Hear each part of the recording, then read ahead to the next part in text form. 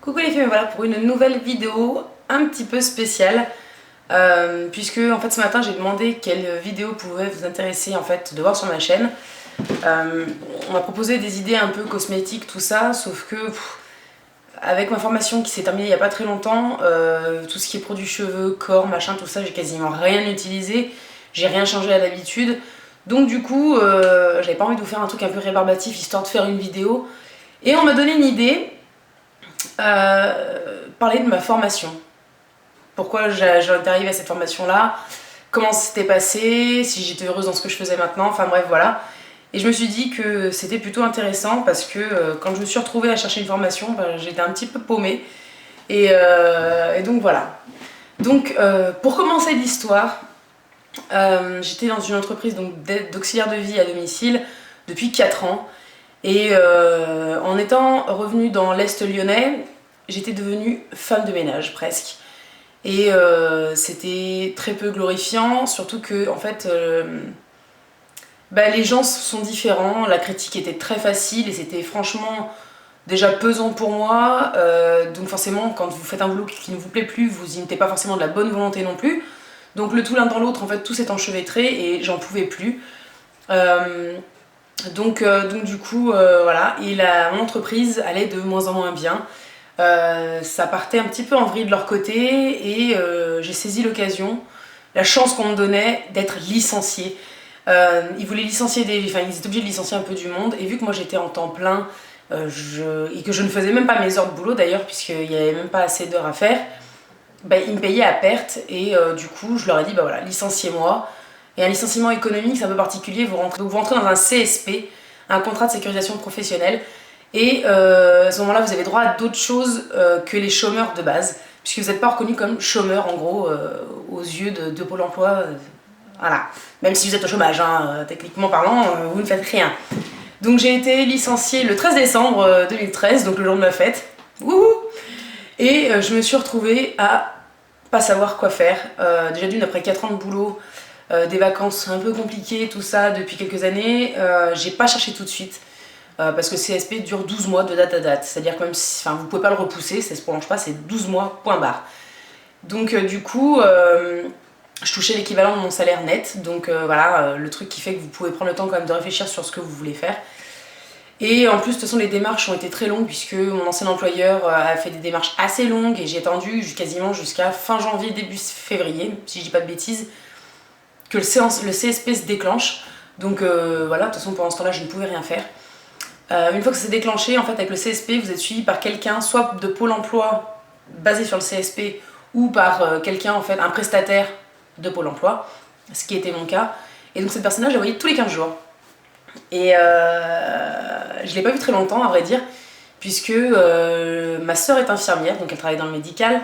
Je voulais être avant EJE, donc éducatrice de jeunes enfants, je voulais me brancher plus sur les handicapés. Bref, j'ai toujours été très branchée médicale, sans pour autant vouloir être infirmière. Moi, voir le sang, ça me plaît pas. Les piqûres, n'en parlons pas, je fais un malaise à chaque fois qu'on m'en fait une. Donc c'était pas possible, mais le médical pour moi, enfin l'aide en tout cas à la personne, être proche des gens, c'était important. Et je l'avais plus dans mon ancien boulot de toute façon, et puis je voulais des collègues. Genre j'en pouvais plus d'être toute seule toute la journée.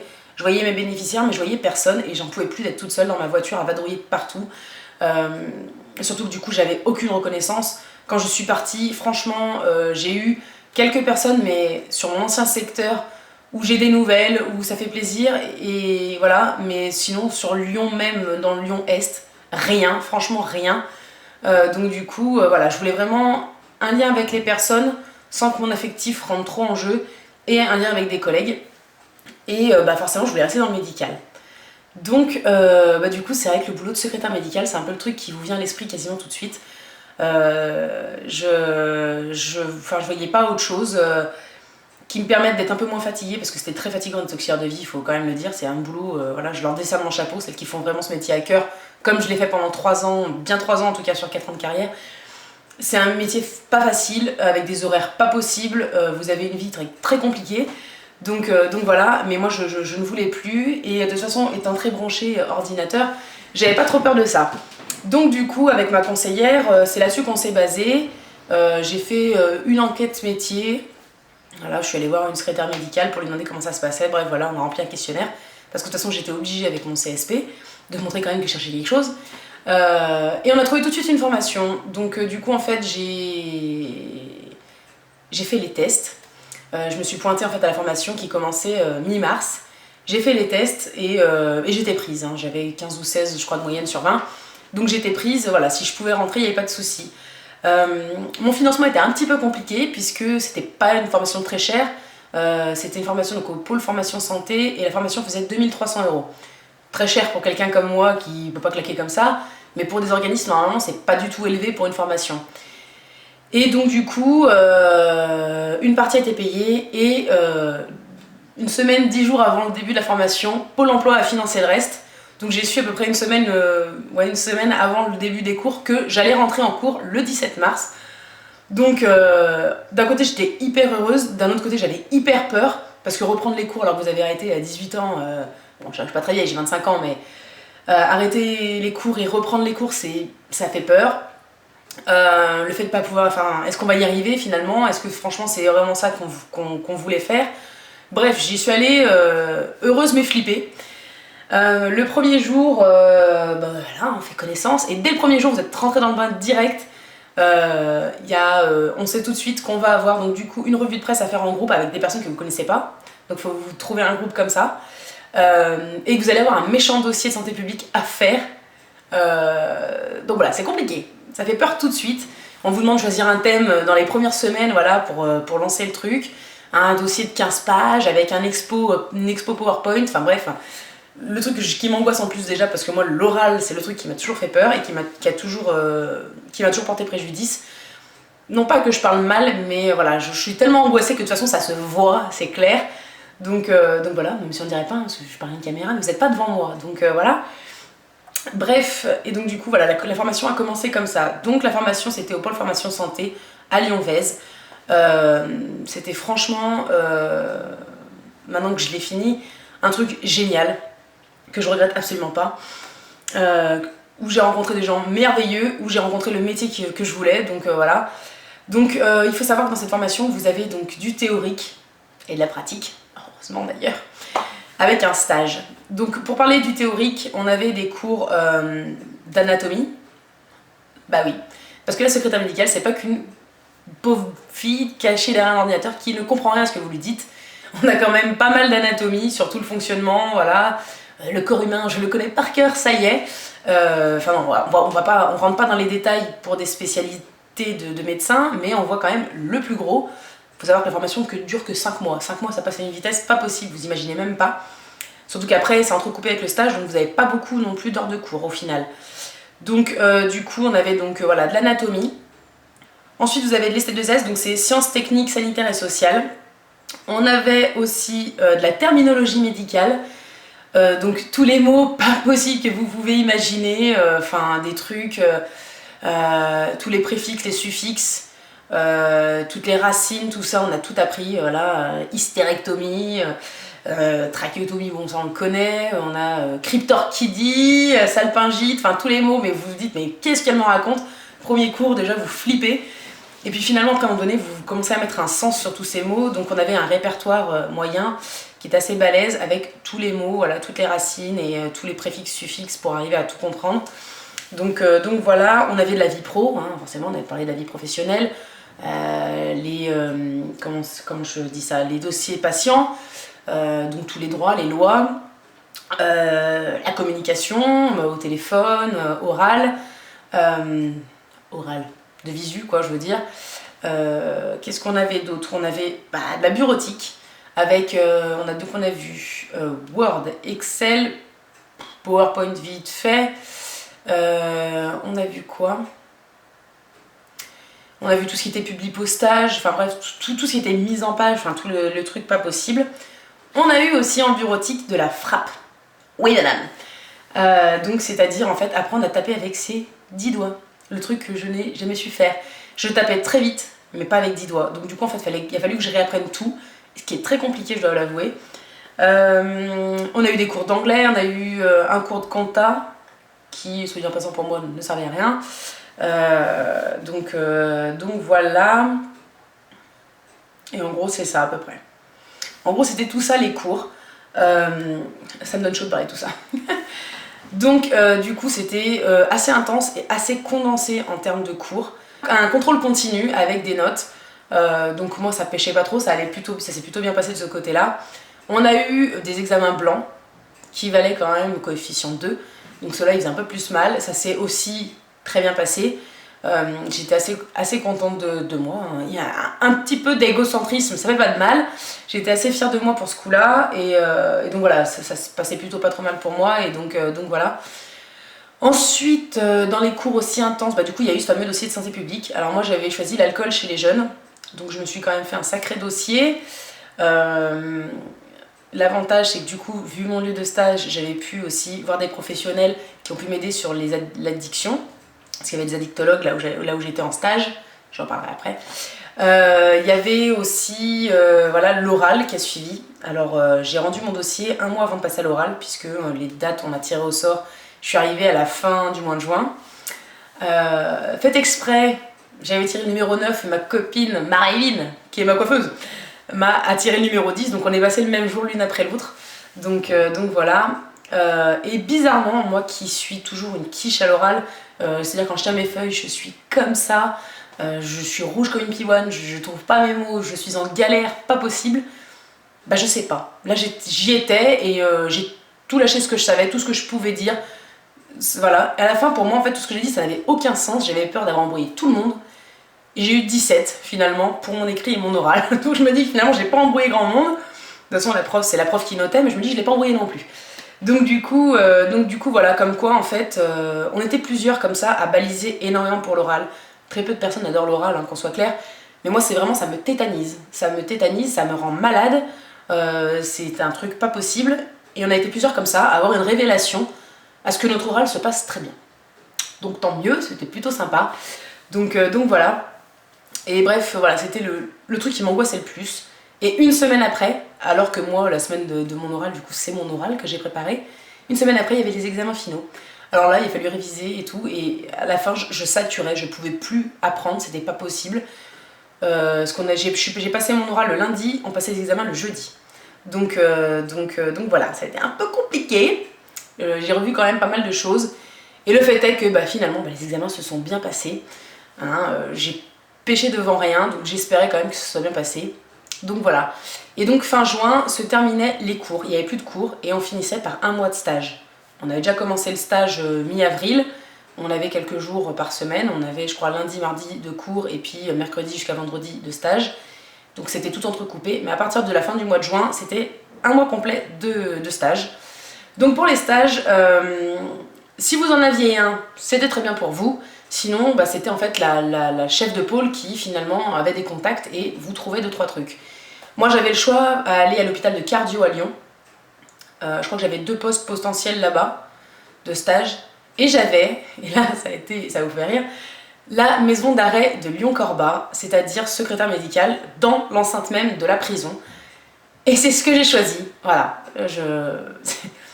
C'est le truc qui, je me suis dit, waouh, je mettrai certainement jamais les pieds dans une prison, en tout cas j'espère, en tout cas pas du mauvais côté, et là je me suis dit, je vais découvrir pour la première fois de ma vie une prison et voir comment ça se passe.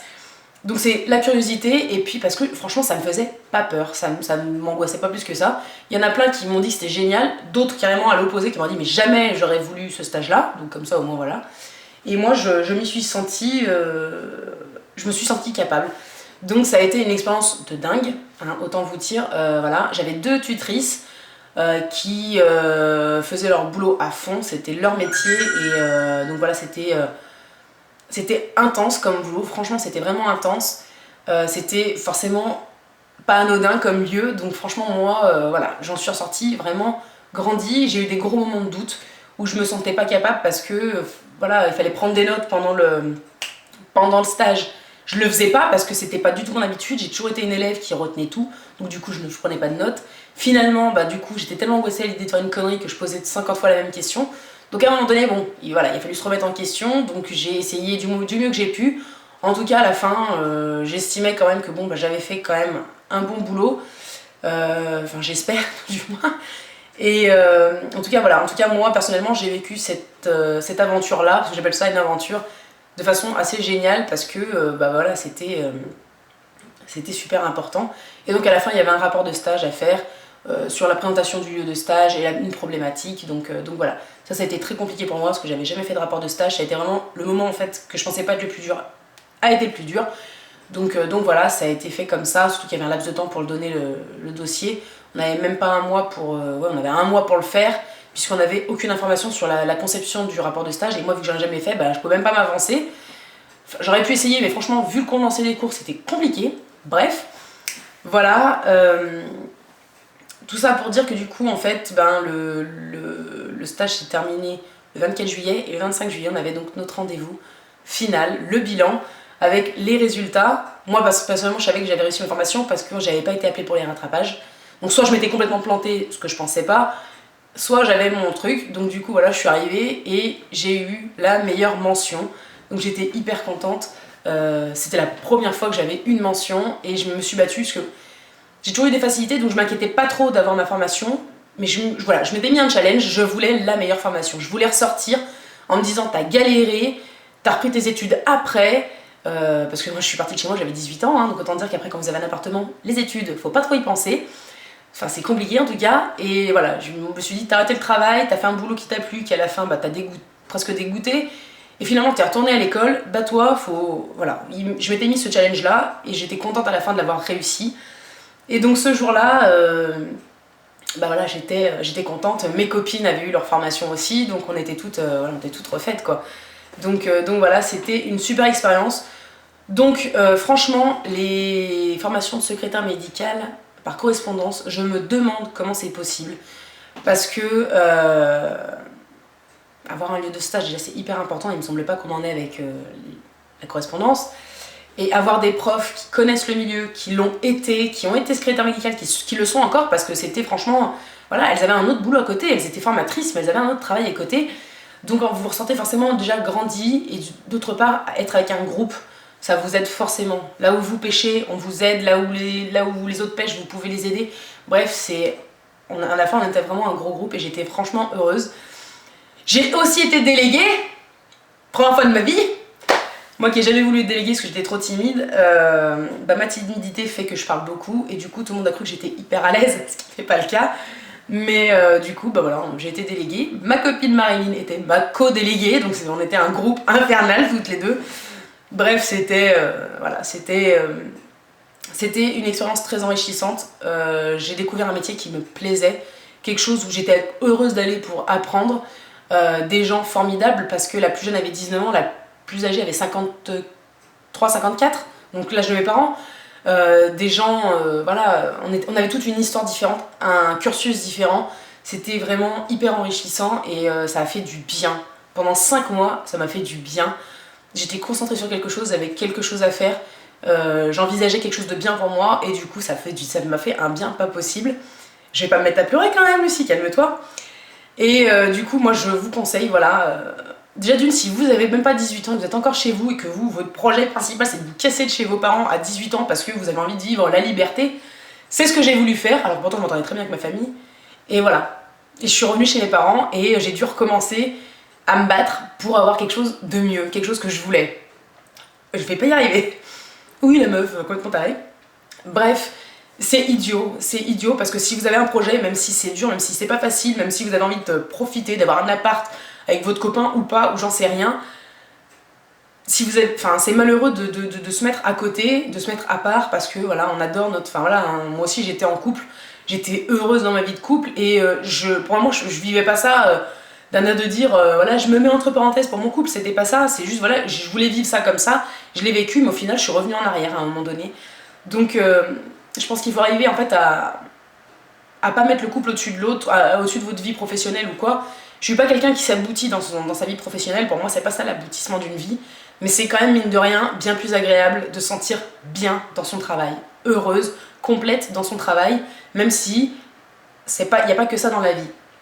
Donc du coup, voilà, voilà, avoir ma formation c'était le top, j'étais contente et j'étais fière de moi et ça m'a fait hyper plaisir. Donc voilà, la formation c'est ça, c'était des cours, du stage, de façon intense pendant 5 mois. Même s'il y en a qui diront oui mais c'est une formation de 5 mois, voilà. Ça ne vaut pas l'expérience d'une secrétaire de 10 ans. d'une secrétaire qui a eu un bac F8, c'était à l'époque le bac de secrétaire, c'est certain, c'est sûr. Mais ça se fait quasiment plus.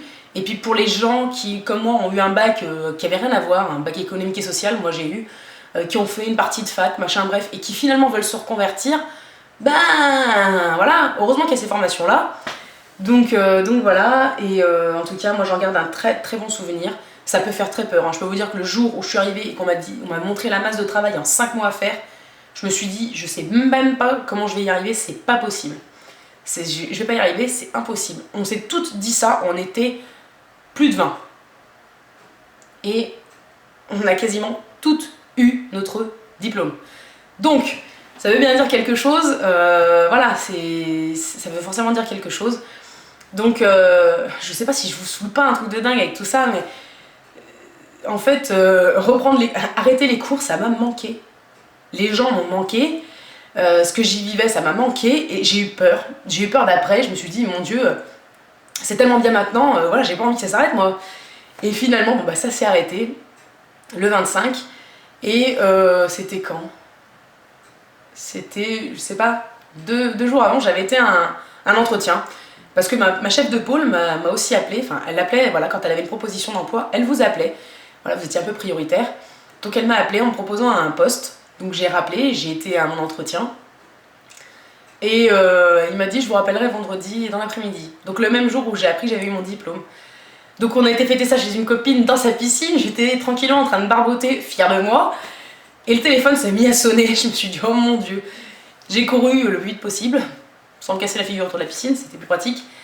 Et le fait est que j'avais obtenu le poste. Donc voilà, ça a été l'aboutissement, c'était un CDI quand même. Faut savoir qu'on n'est pas très très bien payé, faut avouer. Le salaire minimum pour une secrétaire diplômée dans le milieu privé, parce que moi c'est privé, c'est 1181 €. C'est pas hyper élevé quand vous avez une formation, qu'on soit bien clair. Mais mon CSP se terminait mi-décembre, donc après j'aurais plus eu droit à l'équivalent de mon salaire net, déjà d'une. Deuxièmement, c'était un CDI. Troisièmement, enfin, il faut bien que je me fasse de l'expérience quelque part. Et puis c'était un lieu de dingue, et franchement les collègues sont géniales. Donc du coup, le choix a été vite fait. Je suis donc secrétaire médicale en CDI dans un cabinet privé de gynécologie et obstétrique. Donc voilà. Donc c'est franchement sympa. Je reprends lundi là, donc le médecin était parti en vacances pendant 3 semaines, donc je suis partie en vacances pendant 3 semaines sans solde. Je m'en serais passée, mais bon, voilà, je me dis voilà, vaut mieux galérer un peu ce mois-ci et au moins être sûr que j'ai un poste voilà, pour indéfiniment, hein, jusqu'à ce que ça s'arrête pour une raison X ou Y, mais franchement pour l'instant ça va très bien. Donc voilà, c'était assez intense tout ça. J'espère que ça vous aura aidé, franchement j'en sais rien. En tout cas c'est vrai que ça m'a fait du bien de pouvoir en parler. J'ai rencontré des gens de dingue, j'ai suivi une formation franchement super intéressante. C'était vraiment super. J'ai eu un lieu de stage de fou. Le truc, voilà, ma prof s'est battue pour venir m'évaluer moi sur mon lieu de stage parce qu'elle voulait à tout prix rentrer dans une prison, voir comment ça se passait. Voilà, c'était un truc de dingue. Je sais pas si je vous parle de mon lieu de stage vraiment plus précisément, mais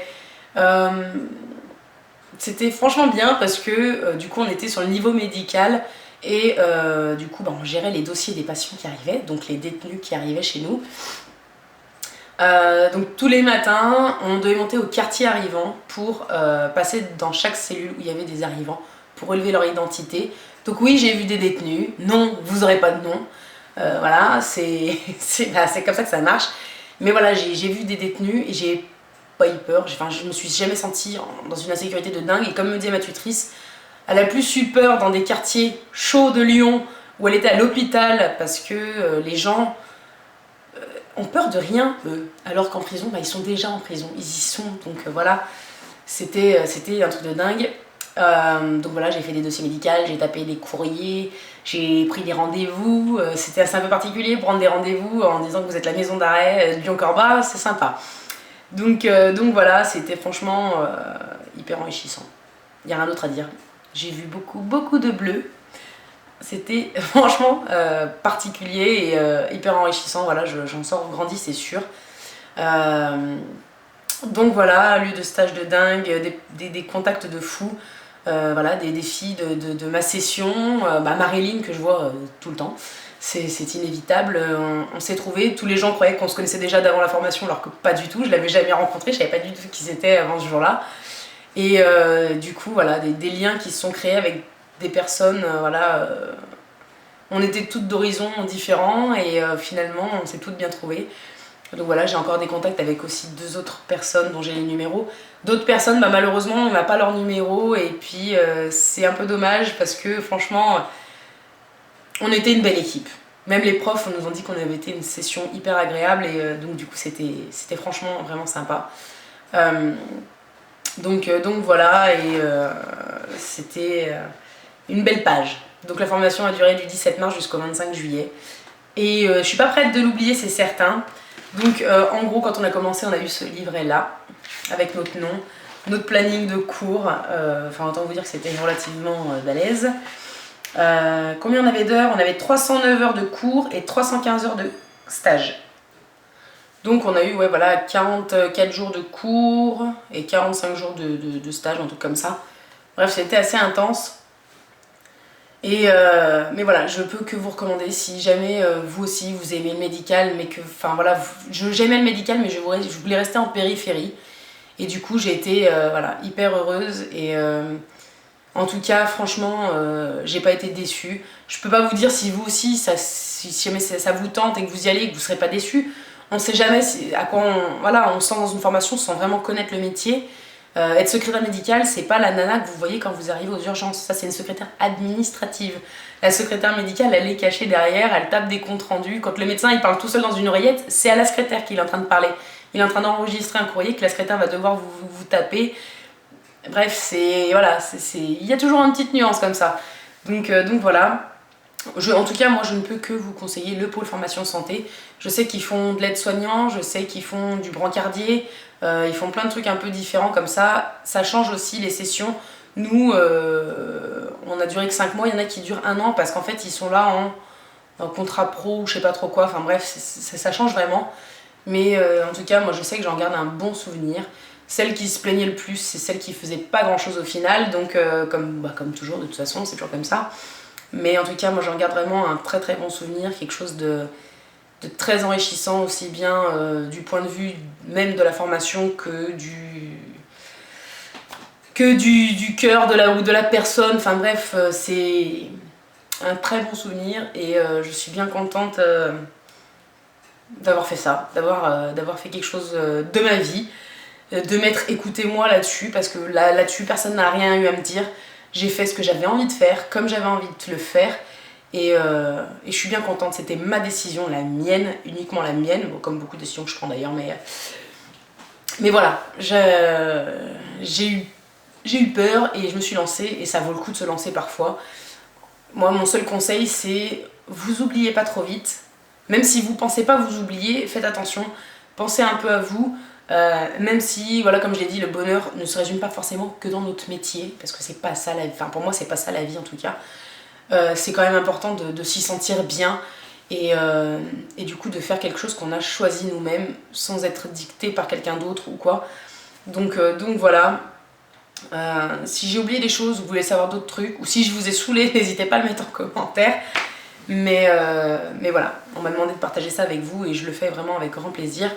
Donc voilà, voilà, j'espère que je vous ai un peu parlé de tout, les cours, le stage, le boulot derrière, je crois que j'ai pas oublié grand chose.